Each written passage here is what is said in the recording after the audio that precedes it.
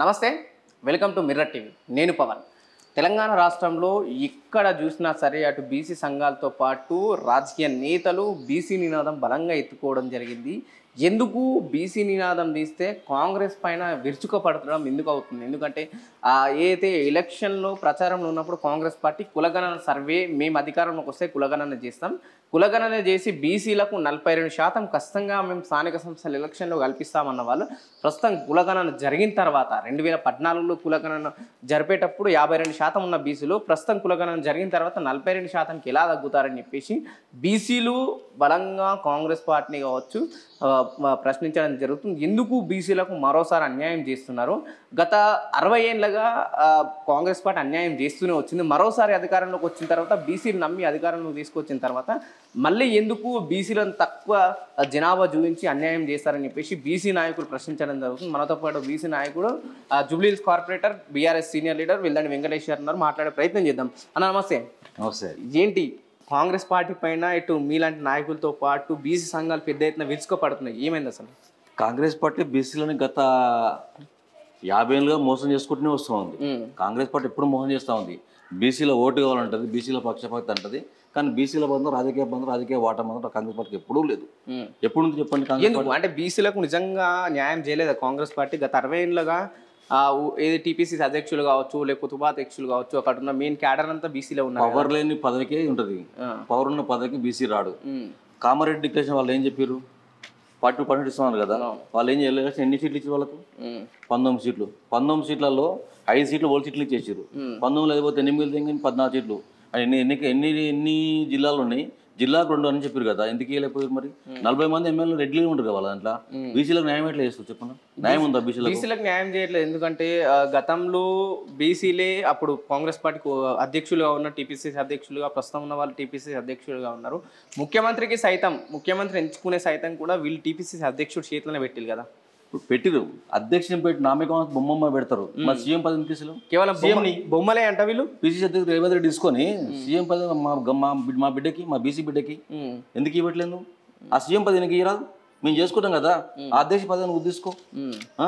Corporation chairman ఎంతమంది రెడ్లు తీసుకోరు? 42 మంది 16 మంది కార్పొరేషన్ చైర్మన్ పెడితే ప్రతి కార్పొరేషన్ చైర్మన్కి ఏమైనా 50 కోట్ల ఫండ్ ఇస్తున్నావు కదా, 50 పైసలు ఉన్నాయా? కనీసం వాళ్ళ జీతాలను వెళ్తున్నాయి. కనీసం వాళ్ళు ఏ పవర్ ఇచ్చిన వాళ్ళకి ఏ పవర్ ఇవ్వలేదు. నువ్వు నామిక బొమ్మలాగా పెట్టినంత పదవులు తప్ప ఏ ఒక్క పదవి కూడా వాళ్ళు ఎవరు కూడా ఇవ్వడానికి ఇష్టపడలేదు. మాకు 2014లో క్లియర్గా 52% మాకు బీసీలు ఉంటే మైనార్టీలు ఒకటి 62% మాకు వచ్చారు. ఆ టైంకి వచ్చారు. మరి ఈ రోజు ఎందుకు 42% పడిపోయారు? అంటే మా బీసీలు అంత చచ్చిపోయారా? లేరా? అంటే ఎందుకు కావాలని బీసీలని కాంగ్రెస్ పార్టీ ఎక్కువ చూపిస్తే, పాపులేషన్ ఎక్కువ చూపిస్తే 42% కాదు 52% వాళ్ళు మాకు ఇవ్వాల్సి వస్తుంది. ఆ వాటా పోతున్న భయంతో కొంతమంది రాజకీయ రెడ్లను మొత్తం ఎప్పుడు అన్నాను, పార్టీలో ఉన్న రెడ్లు మాత్రమే అంటున్నాను. మళ్ళీ చెప్తాను, రేవంత్ రెడ్డి, ఉత్తమ్ కుమార్ రెడ్డి, జానారెడ్డి ఇలాంటి రెడ్లు మాత్రమే బీసీలు దొక్కుతారు తప్ప రెడ్డి కమిటీని ఎవరు విమర్శించే అవసరం మాకు లేదు. ఈ రెడ్లు మాత్రం మా బీసీలు ఏదో ఒకటి చేస్తూ ఉంటారు. దీని వల్ల మాకు ఖచ్చితంగా రాబోయే రోజుల్లో కుల సంఘాలు అన్ని కమిటీలతో కల్పించి బలంగా కొట్లాడతాం. ఈ విధంగా 2014 ఇంత వచ్చినప్పుడు ఈ 10 ఏళ్ళలో ఎందుకంటే పక్క ఉన్న కర్ణాటకలో, పక్క ఉన్న తమిళనాడులో 60% చేస్తారు కదా, మీరెందుకు చేయట్లేదు? మీరే మీ మేనిఫెస్టో పెట్టారు కదా. వాళ్ళు ఇచ్చిన 42% స్థానిక సంస్థల ఎలక్షన్లో ఇస్తామని డిక్లేర్ చేయను. ఆ చిన్న పదవులు మాకెందుకు? మాకు రాజధాని కావాలి, మాకు ఎడ కావాలి? అసెంబ్లీలో మేము కూర్చోవాలి కదా. మాకు అది చెప్పు, ఇలా చెప్పు. ఇగో మీకు 40% మీకు స్థానికులు ఇస్తున్నాం, మున్సిపల్ కార్పొరేషన్లు ఇన్నిస్తున్నాం, చైర్మన్లు ఇన్నిస్తున్నాం, కౌన్సిలర్కి ఇన్నిస్తున్నాం, ఎమ్మెల్యే సీట్లు కాన్స్టిట్యూన్సీ పార్లమెంట్ 3 ఇస్తావా చెప్పు. పార్లమెంట్ 2 ఇస్తాను చెప్పినావు కదా, ఈ పార్టీ 3 ఎందుకు? ఇప్పుడు ఎమ్మెల్సీ కూడా రాబోతుంది. ఎమ్మెల్సీలో బీసీలకు న్యాయం చేసే పరిస్థితి కనిపిస్తుంది కాంగ్రెస్. వాళ్ళు ఏం చేయరు, డబ్బులు ఏమైనా సీట్ వానికి ఇస్తే అమ్ముకుంటారు. అదే చిన్న పదవులు ఈ గ్రామ సర్పంచులు, ఎంపీటీసీలు, ఎంపీలు వాళ్ళకి ఇస్తారు తప్ప మాకు తిరుమల మళ్ళీ చెప్తున్నాడు. ఈ 32 జిల్లాలలో మొత్తం ఆల్మోస్ట్ ఒక్కొక్క ముస్లిం తప్ప మిగతా మొత్తం వాళ్ళే ఉంటారు. ప్రజెంట్ కూడా వాళ్ళు ఇప్పుడు జిల్లా సభ అధ్యక్షులు ఉంటే మొత్తం వాళ్ళే ఉంటారు కదా. ఇప్పుడు వాళ్ళు ఇక మాకు ఇక్కడ రోహిన్ రెడ్డి ఉన్నాడు అంటే మాకు కర్తవాద కాంగ్రెస్ పార్టీ రోహిన్ రెడ్డి ఉంది కదా, ఏ బీసీ లేదా? బీసీ కూడా ఎందుకు లేదు ఇక్కడ? మరి రెడ్లకు ప్రాధాన్యత తప్ప పేరుకి చిన్న పదవులు పైన పోస్టులు తప్ప బీసీలు తప్ప బలమైన దానికి ఏదో. అదే బీఆర్ఎస్ గవర్నమెంట్ ఎన్ని సీట్లు పోయిస్తారు మాకు? సిటీలో గెలిచిన హైయెస్ట్ మెజారిటీ మొత్తం మా ఎమ్మెల్యే ఇప్పుడు మొత్తం బీసీ ఎమ్మెల్యే ఉంటారు కదా. మరి మాకు టీఆర్ఎస్ ఇచ్చింది మీరు ఎందుకు ఇవ్వట్లేదు? కులగన్న అంటున్నా, కులగన్న మేము చేసినాం కదా, మరి దీన్ని ఎందుకు అప్లై చేయట్లేదు? మీ తీన్మార్ మల్లన్ననే గ్రాడ్యుయేట్ ఎమ్మెల్సీ ఈ చిత్తి పేపర్ అని చెప్పి కాలబెట్టింది కదా, ఇంత గలీజుగా మాట్లాడు ఆ మాటలు మన లాంగ్వేజ్ మానలేము. అంత చేసినప్పుడు మీకు ఇంకా సిగ్గు సోగి లేకపోతే ఇంకెప్పుడు వస్తుంది మీకు? ఇంకా అంటే ఎందుకు ప్రభుత్వం ఎందుకు పట్టించుకుంటారు? ఒకవైపు బీసీ సంఘాలు డైరెక్ట్ ప్రభుత్వాన్ని అడుగుతుంది, ఎందుకు మా జనాభా తగ్గించాలని. ఒకవైపు బీసీ నేను ఏమంటున్నా ఒకటే చెప్తున్నాను, మేము వాళ్ళకి ఏమనుకుంటుంటే బలంగా వాళ్ళకి బీసీని దొక్కాలి. బీసీ పాపులేషన్ దొక్కితేనే మేము ఎదుగుతాం. బీసీ పాపులేషన్ విధంగా ఈ ఉద్యమం ఇట్లే కంటిన్యూగా అయితే రేపు పొద్దుగల రాజకీయంగా మాకు మనుగడ ఉండదు. సరే, బయట ఉన్న వాళ్ళు విమర్శిస్తుంటే పార్టీ వాళ్ళు కాదు ఇతర వాళ్ళు అనుకోవచ్చు, కానీ వాళ్ళ ఎమ్మెల్సీ గ్రాడ్యుయేట్గా గెలిచిన ఎమ్మెల్సీ విమర్శిస్తుంది కదా, ప్రభుత్వం ఎందుకు పట్టించుకుంటారు? నిజంగానే దీంట్లో తప్పులు తడకలు జరిగినాయేమో, మేము మళ్ళీ రీకరెక్ట్ చేసుకుంటామనే ఒక ఆలోచన ఎందుకు తీసుకొస్తారు? నేను ఏమంటుంటే వాళ్ళకి ఇప్పటికన్నా సిగ్గు తెచ్చుకొని మన ఎమ్మెల్సీ మన గుర్తు చేసుకున్నాక వాళ్ళు చెప్పాలి. అది చెప్పేసి ఈ విషయంలో మేము ఎక్కడ తగ్గేది లేదు. అంటే ఎమ్మెల్సీ విమర్శించినా ప్రభుత్వం పట్టించుకుంటలేదు, మేము రీసర్వే చేస్తామని కూడా ఒక ఆన్సర్ కూడా ఇవ్వట్లేదు. అది ఎందుకు చేస్తారు? చేసి దొరికిపోతుంది కదా, చేసి దొరికిపోతే వాళ్ళు అంటే కేవలం నామమాత్రంగానే సర్వే చేసి కొంతమంది సర్వే చేసుకోలేదని చెప్పేసి బుడ్డ కూర్చుని ప్రయత్నం చేసుకుంటారు తప్ప వాళ్ళు ఒరిజినల్ సర్వే చేయలేదు. ఇప్పటిదాకా ఏ పాపులేషన్ ఎంత ఉందో తెలియదు. కమ్మరి, కుమ్మరి, వడ్రంగి, వడ్డరి, సాగర్స్ ఇన్ని కులాలు ఉన్నాయి కదా, ఏ కులం ప్రాంతం మీ దగ్గర ఇస్తుంది కదా. మేము మా కమ్యూనిటీ వడ్డరి కమ్యూనిటీ కదా, మరి మాకు ఎందుకు లెక్క చెప్పలేదు? ఎంత జనాభా ఎంత చెప్పాలి కదా. అత్యంత 23 కాన్స్టిట్యూన్సీల సిటీలలో మా పాపులేషన్ మెజారిటీ ఉంటుంది. ఒక ఎమ్మెల్యే గెలుపోటు డిసైడ్ చేసిన పాపులేషన్ మా దగ్గర ఉంది కదా, మరి ఎందుకు లెక్క చెప్తలేవు? చెప్పాలి కదా. సాగర్స్ ఉన్నారు, భవన కార్మికులు ఉన్నారు, మీ అందరూ ఇదే పనిచేస్తాం కదా. ఆల్మోస్ట్ ఈ సాగర్స్ కానీ వడ్డర్ కమ్యూనిటీ కానీ ఈ ఉపాధి కోసం సిటీలకు రావడంతో మొత్తం ఆల్మోస్ట్ సిటీ మొత్తం పాపులేషన్ అంతా వీళ్ళు మెజారిటీ పీపుల్ ఉన్నారు. అంటే మిగతా అగ్రకులాలు వేరే కులాలు ఉన్నాయి లేవట్లేదు, కానీ ఒక ఎమ్మెల్యేని డిసైడ్ చేసేంత ఇంపాక్ట్ మా దగ్గర ఉంది. కానీ ఎందుకు మా కులాన్ని డిక్లేర్ చేయట్లేదు? అంటే ఇప్పుడు సరే కులగణన జరిగింది, ఏ కులానికి ఎంత శాతం బయట పెట్టిలు, కానీ ఏ కులానికి ఎంతమంది ఉన్నారు ఎందుకు డిస్ప్లే చేయట్లేదు? ఆ కమ్యూనిటీలో కావచ్చు, లేకపోతే గ్రామ పంచాయతీ ఆఫీస్లో కావచ్చు. వాళ్ళు చేయరు, చేసి దొరికిపోతారు. చెప్తున్నా నేను క్లియర్ చెప్తున్నా. కరెక్ట్. ఇప్పుడు ఇప్పటిదాకా పుట్టిన పాపులేషన్ 2014కి వెళ్ళాము, ఇప్పుడు వచ్చి 42% తగ్గిపోయిందంట. రెడ్లు మాత్రం 2014 8% ఉంటే 2024 వచ్చి 13% అయ్యారు. అంటే వీళ్ళు ఎంత వేరు మంది 8 ఇది 5 వీళ్ళు ఎందుకు పెరిగారు అంటే బీసీలో ఉంది చచ్చిపోయారు మొత్తం. రెడ్లు మాత్రం పుట్టిరు, పెద్దగా అయ్యారు. చచ్చిపోయిన లెక్క అని చెప్పారు బాబా. చెప్తున్నాను వాళ్ళు డెత్ సర్టిఫికేట్, నీ గవర్నమెంట్ ఉంది కదా, నీ డెత్ సర్టిఫికేట్ ఓపెన్ చేయి, చెప్తా చచ్చిపోతే వీళ్ళు అసలేరా? అంటే ఎందుకు తక్కువ చూపెడుతుంది? ఎందుకంటే గతంలో 6 గ్యారెంటీలు ఇచ్చిళ్ళు, 6 గ్యారెంటీ నిజంగానే బీసీలు ఎక్కువ శాతం ఉన్నారు కాబట్టి మేము 52% కన్నా ఎక్కువ చూపిస్తే ఎక్కువ హామీలు ఇవ్వాల్సి వస్తుంది, ఎక్కువ సీట్లు ఇవ్వాల్సి వస్తుంది ఆలోచనతో తక్కువ చేసి 62% కంటే బీసీ కమిటీ తక్కువ లేదు, దానికి మించే ఉంటారు తప్ప తక్కువ అయితే లేదు. 62 మినిమం చెప్తున్నా. 62 తక్కువ లేరు. పాపులేషన్ మొత్తం జనాభా భాగం తీసుకోలేదు. చాలా మంది చదువుకున్న వాళ్ళు ముందుకు వచ్చి ఇవ్వలేకపోయారు, తీసుకోలేదు. ఈ గవర్నమెంట్ కూడా ఆ రోజు పాత గవర్నమెంట్ బీఆర్ఎస్ గవర్నమెంట్ సగం సమ్మె పెడితే ఒక్కటే రోజు 24-30 గంటలలో మొత్తం లెక్క వచ్చింది కదా. మరి సమగ్ర కుటుంబ సర్వే కేసీఆర్ గారు చేసింది ఎందుకు వస్తలేదు? మరి ఇప్పుడు మనం ఎందుకు నీకు 30 రోజులు టైం తీసుకున్నావు నువ్వు? ఇల్లు ఒక్కొక్క పర్సన్కి 120 ఇండ్ల 30 ఇండ్లు ఇంత కరెక్ట్ ఇచ్చి ఉంటున్నావు కదా, మన దగ్గర లెక్కేది. మరి అందరు మెసేజ్ పెట్టు, ఫోన్ నెంబర్ పెట్టు, నీ దగ్గర ఫోన్ నెంబర్ కూడా ఇస్తున్నావు కదా, ఫోన్ నెంబర్ కూడా యాడ్ చేస్తావు కదా, ఇది పెట్టు. చాలా మంది అయితే ఆ కులగణ సర్వేలో పాల్గొన్నారని చెప్పేసి సాక్షిగా చెప్పారు. ప్రతి కుటుంబ కులగణ సర్వే అయినప్పుడు అప్డేట్ అయినప్పుడు నువ్వు ఆన్లైన్ లెక్కించుకో, పేరు రాను చూసుకుంటాడు, కాన్స్టిట్యూన్సీ డిక్లేర్ చేయి, డివిజన్ డిక్లేర్ చేయి. ఇంత అప్డేట్ ఉంది కదా ఇప్పుడు, నువ్వు చేయి. అడ్మినిస్ట్రేషన్ అడ్మినిస్ట్రేషన్ ఏం చేస్తుంది? నీ మంత్రులు ఏం చేస్తారు? కొన్న బాబాగా ఉన్నాడు పాపం, పెద్ద మనిషి ఆయనకి ఎందులో పాపం. చాలా మందికి ఒక డౌట్ ఉందన్న. సరే బీసీ కులగణం జరిపినప్పుడు బీసీల గురించి ఈ కులగణం జరిపిలే అనిపించి ఒక వాదన ఉంది. దాంట్లో బీసీ కులగణం ఏదైతే జనాభా లెక్కలు బయట పెట్టినప్పుడు జానారెడ్డి కావచ్చు, ఉత్తమ్ కుమార్ రెడ్డి, లేకపోతే దుద్దిల శ్రీధర్ బాబు వీళ్ళందరూ ఏం చేస్తున్నారు? బీసీ నాయకులు ఎటు వీళ్ళు ప్రధానంగా చెప్పేసి క్వశ్చన్ చేస్తారు. వీళ్ళు తొక్కాండి, వీళ్ళు బీసీ ఉండు ఉన్నది ఒక మంత్రి ఉన్నాడు, పొన్నబాబు ఉన్నాడు, ఆమె పేరు ఒక లేడీ ఉంది, ఆమె కొండ సురేఖ ఉంటారు. ఇంకెవరు చెప్పు? మంత్రి ఎవరు ఉండరా? ఎమ్మెల్యే ఉన్న మాట్లాడిస్తురా? పోనీ మా కర్తవ్య ఎమ్మెల్యే దానా ఏ రోజున ప్రెస్ మీట్ చెప్తుందా? మా పాపలు ఇంతరా బాయ్ మీ ఇంత చెప్పగలుగుతుందా?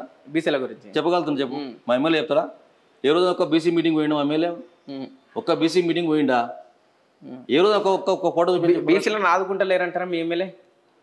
ఆయన ఎవరిని పట్టించుకోడు, బీసీలు ఏ ఎవరిని పట్టించుకోడు, ఆయన సంబంధం లేదు. గెలిచిన వరకు ఉంటాడు, గెలిచినా సంబంధం లేదు. ఒక్కరోజు నేను ఆయన చరిత్ర మొత్తంలో 6 సార్లు ఎమ్మెల్యే గెలిచిండు, ఒకసారి మినిస్టర్ అయ్యిండు. ఇప్పటిదాకా కదా నీ బీసీ కమిటీకి మీటింగ్ పోయినా, నేను దీనికోసం పాల్గొన్నది, బీసీల కోసం కొట్లాడినా, మా బీసీ ఎల్పీ స్కీమ్ ఏమైందో అడిగినాం కదా. ఒక్కసారి ఒక ఫోటో చూపి, నాకు ఒక ప్లస్ క్లిప్పింగ్ చూపి, బియ్యాన్ని మాట్లాడు. ఇంకా మాట్లాడుతూ ఉండగా గ్రామాల విలేజ్లో గెలిచింది ఒక 10 మంది ఎమ్మెల్యే ఉంటారు, అంతే. 40-50 మంది ఎమ్మెల్యే మొత్తం వీళ్ళే ఉంటారు కదా. అంటే ఈ 10 ఏళ్లలో బీసీలకు అన్యాయం చేసింది బీఆర్ఎస్ పార్టీ అని చెప్పేసి ప్రధాన విమర్శ. బీఆర్ఎస్ పార్టీ అత్యంత గౌరవించింది, బీసీలను గౌరవించుకుంది. గొప్పగా గౌరవించుకుంది.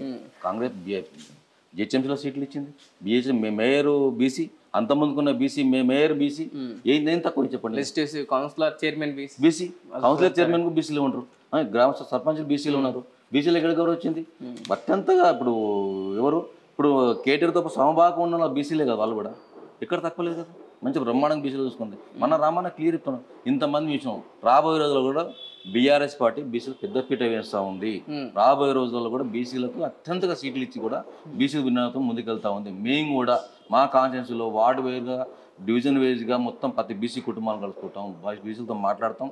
రాబోయే రోజుల్లో బీసీలో ఏకపక్షించి అవగాహన పెంచుకుంటాం. కాబట్టి ఖచ్చితంగా రాబోయే రోజుల్లో బ్రహ్మాండంగా ఉంటుంది మొత్తం బీసీలో మాత్రం. అంటే చాలా వరకు బీఆర్ఎస్ నాయకులు ఏం విమర్శిస్తున్నారు అంటే, గత 60 ఏళ్ళగా బీసీలకు కాంగ్రెస్ పార్టీ అన్యాయం చేసింది, మళ్ళీ అధికారం ఇస్తే మళ్ళీ ఎందుకు అన్యాయం చేస్తుంది అంటే, నిజంగా 60 ఏళ్ళగా బీసీలకు కాంగ్రెస్ పార్టీ అన్యాయం చేస్తూనే వచ్చిందా?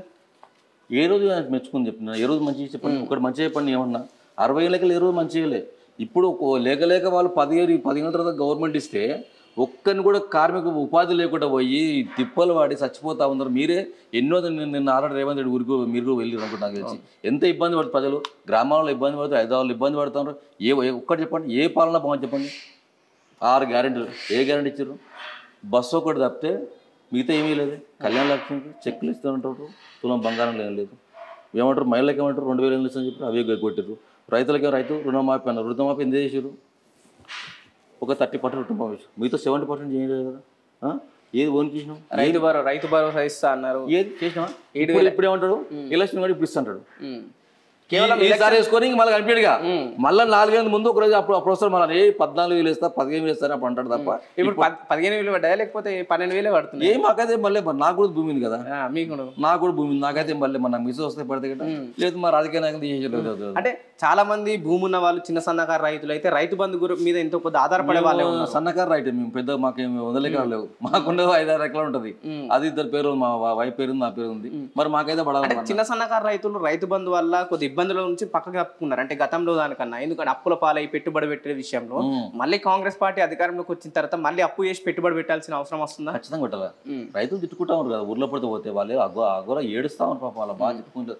కేసీఆర్ గవర్నమెంట్ 2 సార్లు రైతు బంధు బ్రహ్మాండంగా మంచి ఖరీదు టైంలో ఆ టైంలో డబ్బులు పెడతారు. ఖుషిగా 4 పనులు చేసుకొని 4 మందులు కొనుక్కొని హ్యాపీగా బతికే రైతులు. ఈ అన్నవ రామచంద్ర కరెంటు ప్రాబ్లం వస్తామని చూస్తూ ఉంటారు. నిన్ననే కరెంటు నిన్న ఎంతో ఎప్పుడు నేను పేపర్లో చూసిన ఆల్రెడీ ఎంత 33,000 కోట్లు ఎంతో బ్యాలెన్స్ అని పెట్టి నిన్న పెట్టిన పేపర్ కట్టి చూసిన 200 యూనిట్లు ఫ్రీ కరెంట్ అని ఇస్తున్నా. ఎవరికి ఇచ్చారన్న? ఒక్కసారి సిస్టంలో ఎగ్జిట్ అయిపోతే మళ్ళీ వానికి వస్తలేదు, కానీ 100 మంది వస్తారు వచ్చిపోతా ఉంటారు. పబ్లిక్ చూపిస్తుంది కాబట్టి ఇవన్నీ తప్పించుకోవడానికి బీసీ కేవలం బీసీ ముంగల పెట్టుకొని బీసీలకు న్యాయం చేయడానికి కాదు, బీసీలు దొక్కనికి మాత్రం ఇస్తా ఉంది. మళ్ళీ చెప్తున్నా, రాబోయే రోజు బీసీ సంఘాలు కానీ కుల సంఘాలు కానీ వాళ్ళకి కానీ చెప్తా ఉన్నాం, ఈ ఉద్యమం తగ్గకుండా ఇది మళ్ళీ ఎక్కడో పక్క మీకు ఏదో మభ్య పెడితే మాత్రం ఇంకా తగ్గితే మాత్రం ఇంకా లైఫ్లో మాత్రం బీసీలో మాత్రం న్యాయం జరగదు. ఇప్పటికైనా కళ్ళు తెరిచారు. ఏ పార్టీ సంబంధం లేకుండా బీసీలతో కొట్లాడి మన రాజకీయ పార్టీలో ఏ పార్టీలో ఆ పార్టీ ఉంటే మన బీసీలో కాంగ్రెస్ పార్టీ అయినా సరే కాంగ్రెస్ పార్టీలో బీసీలను ఏకం చేస్తారా?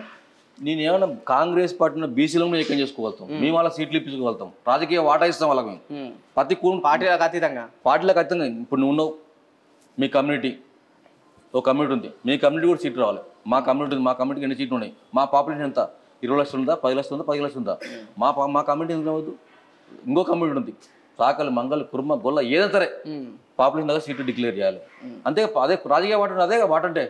మీరేమో ఇంత బలంగా చెప్తున్నారు, అటు అసెంబ్లీలో కావచ్చు, ఇటు కౌన్సిలింగ్ దాంట్లో కావచ్చు, ఎటు చూసినా మీ వాయిస్ అయితే అటు అధికార పార్టీ వాళ్ళు వినే ప్రయత్నం కూడా చేస్తలేరు. ఎందుకంటే కౌన్సిల్లో చూసినా పెద్ద ఎత్తున గొడవ జరిగింది, అటు అసెంబ్లీలో కూడా పెద్ద ఎత్తున గొడవ. ఏమన్నా కౌన్సిల్లో మాట్లాడే అవకాశం ఇస్తే బ్రహ్మాండంగా మాట్లాడగలుగుతాం, కానీ కౌన్సిల్లో మాట్లాడే అవకాశం మా పుణ్యాక్రమ మేయర్ గారు నాకు అవకాశం ఇవ్వదు. మొన్న కూడా చూసారు, ఫస్ట్ నన్ను లిఫ్టింగ్ చేశారు. ఫస్ట్ స్టార్టింగ్ లిఫ్ట్ ఎత్తుకుపోయారు. వాళ్ళ క్లియర్ క్లారిటీ ఉంది, ఈవిడంటే లొల్లి చేస్తారు కాబట్టి ఫస్ట్ ఎత్తుకుపోయారు. ఎక్కడ ఇచ్చినా చెప్పుకున్నా మీలాంటి సోషల్ మీడియా ద్వారా మీడియా దగ్గర పబ్లిక్ తీసుకెళ్తాం, బలంగా తీసుకెళ్తాం. కొన్ని 100 మందికి ఎన్ని ఇంటర్వ్యూలు ఇస్తాం.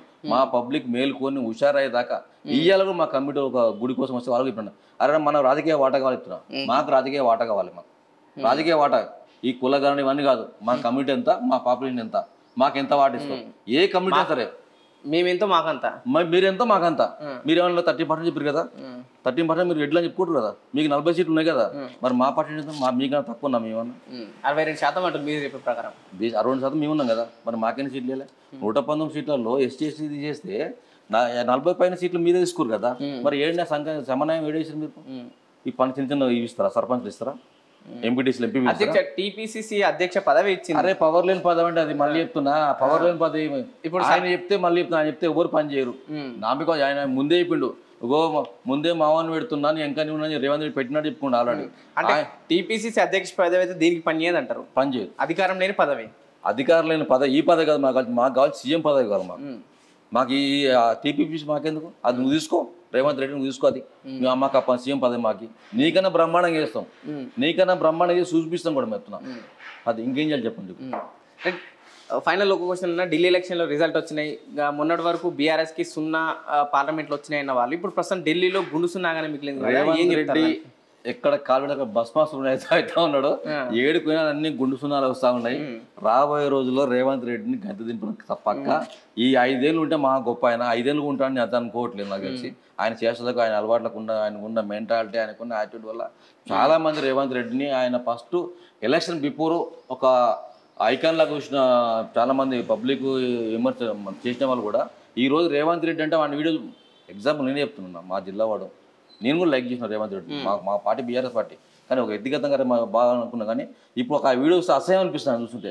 ఇంత రోతగా లాంగ్వేజ్ ఒక సీఎం స్థాయికి వెళ్ళినప్పుడు వాడు మాట్లాడుతున్నావు అంటే నువ్వు ఎప్పుడు నేర్చుకుంటావు, నీకు ఎప్పుడు వస్తుంది? కింది స్థాయికి పైకి వచ్చినావు కదా నువ్వు చాలా కష్టపడవు. హిమాయత్నగర్ లాంటి ప్రాంతాన్న కష్టపడి ప్రింటింగ్ మిషన్లో చాలా కష్టపడ్డావు, చాలా పనిచేసినావు, నీకు అన్నీ తెలుసు. కామన్ మ్యాన్ బాధలు ఉంటాయి, చిన్న కుటుంబం బాధలు ఉంటాయి, అన్ని చూసినాడు కదా. పదవి పెదవులు మూసిందంటారా? పదవి పెదవులు అహంకారం వచ్చిందని. పదవి రాగానే అహంకారం, నాకన్నా మించి ఓడలేడు ఆయన చెప్పుకుంటాడు.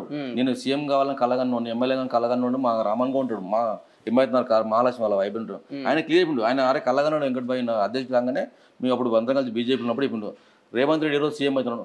సీఎం అయ్యిండు, ఓకే సంతోషం, కాంగ్రెస్ తప్పేం లేదు, పార్టీ ఏదైనా గెలవచ్చు, మేము తప్పనట్లేదు. నువ్వు గెలిచిన ప్రజలకు ఏం చేసినా చెప్పాను, ప్రజలకు ఏం నీ వల్ల ఈ ప్రజలకు ఏం మంచి జరిగిందని చెప్పు. 1,00,000 కోట్లు అప్పు చేసినావు, ఒక తన ఏదో గుంతలో పిల్లర్ పుట్టింగ్ వేయలేదు, 1,00,000 కోట్లు మింగి కూర్చున్నావు. నువ్వు ఏం చేసి 14 నెలల్లోనే 14 లక్షల కోట్లు వాళ్ళే చెప్పుకుంటారు. ఓపెన్ స్టేట్మెంట్ ఉంది కదా, నీకు 1,00,000 కోట్లు తిన్నావు కదా, మొత్తం ఏం చేసినావు? ఇలా కేసీఆర్ అప్పు చేసినావు, కేసీఆర్ అప్పు చేస్తే ఎన్ని బ్రహ్మాండంగా పని చేసినావు, ఎన్ని అండర్ పాస్ చేసినావు, ఎన్ని ఫ్లైఓవర్లు ఉండే, కాళేశ్వరం ఏంటి మిషన్ భగీరథ ఏంది, ఎన్ని పనులు చేసినావు, ఇన్ని పనులు చేసి ఇంత హైట్ తెచ్చినోడు కూడా ఇంత అప్పు చేయలేదు.